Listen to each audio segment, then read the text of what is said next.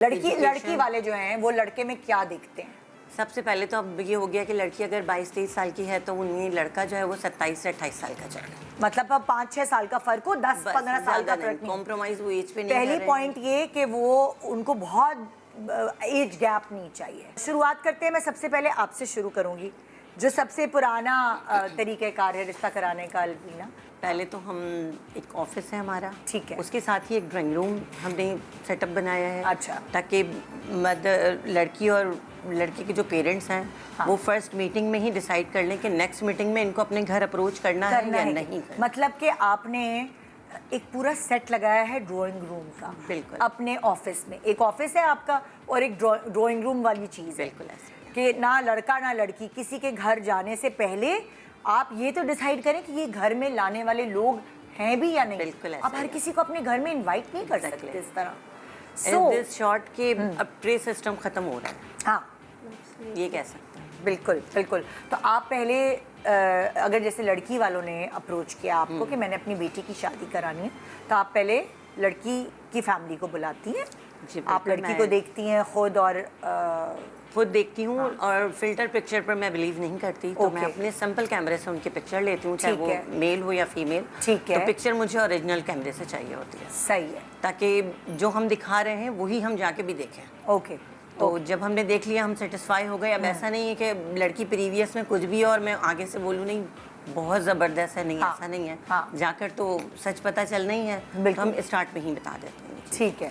और हमारे एक लीगल एडवाइज़र है नदीम शहजाद हाशमी, तो वो हाई कोर्ट में होते हैं। उनसे हम लड़के को वेरीफाई करवाते हैं लड़के को। ये अदर एक्टिविटीज़ में तो नहीं है। ओके। हम पेरेंट्स को तो टोटली ये कह देते हैं कि आप इन्वेस्टिगेशन आपकी जिम्मेदारी है। अब जैसे हम अगर आसान लफ्ज़ों में बताते हैं, फॉर एग्जांपल आप उनसे जो आपकी लीगल एडवाइज़र हैं उनसे ये पता कराती होंगी कि कोई क्रिमिनल बैकग्राउंड नहीं है, FIR तो नहीं कटी हुई, कोई FIR तो नहीं है इनके, दूसरी शादी तो नहीं हुई हुई, निकाहनामा वगैरह ये होता है ना, सारी चीज़ें जो फ्रॉड्स हैं वो आप बेसिकली प्रोफेशनली पता करवाती। अब तो नादरा से पता चल जाता है ना इसी के जरिए कि कितनी मैरिजेस हुई हुई हैं, बच्चे हैं, मतलब सब ईच एंड एवरी।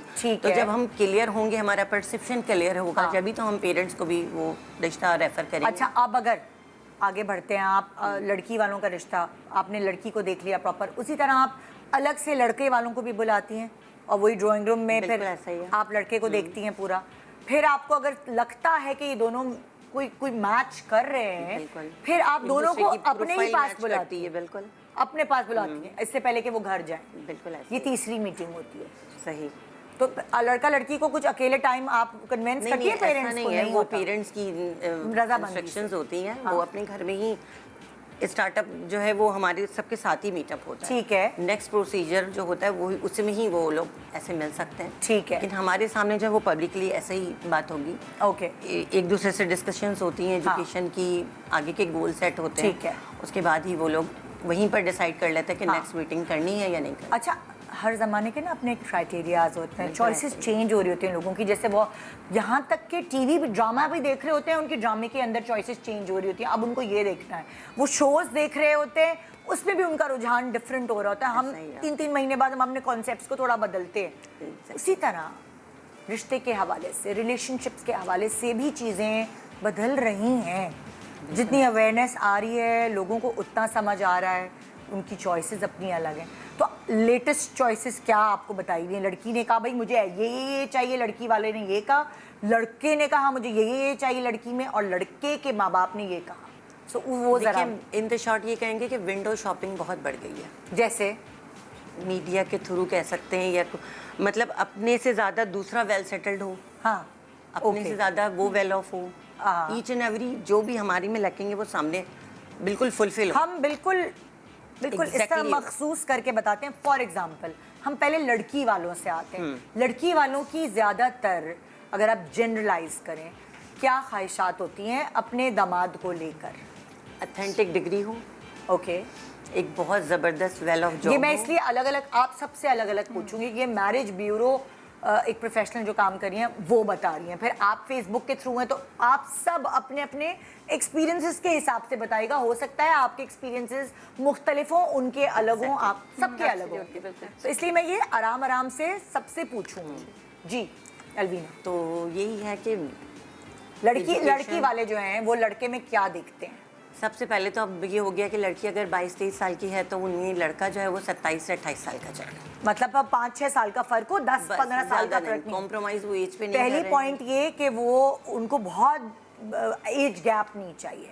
पहले ये चीज़ नहीं होती थी, अब ये बोलते हैं आप कि पहले age- बोला जाता था कि लड़के की कमाई देखी जाती है, तालीम देखी जाती है, अब लुक्स भी देखे जाते हैं, हाँ। मैटर करते हैं। अच्छा, कि साथ चलें तो एक कपल लगे कि एक कपल है, तो ओके। मतलब किसी चीज़ में कॉम्प्रोमाइज़ नहीं क्या रहा। क्या उनकी लुक्स में जो है वो क्या होता है? कद काट होता है, रंग रूप होता Heighted है, आजकल- बाल गंजे हैं, पेट निकला हुआ है, क्या मतलब? जैसे लड़की का तो हमें पता है ना, गोरा रंग होना चाहिए या इस तरह की बातें लड़कों होती का हैं। भी आजकल लड़कों ये का कि क्या गुड होता है? लुकिंग हो, लड़के ड्रेसअप सेंस अच्छा हो अच्छा उनका, अच्छा, ड्रेसिंग सेंस भी, और कलर फेयर हो, अच्छा।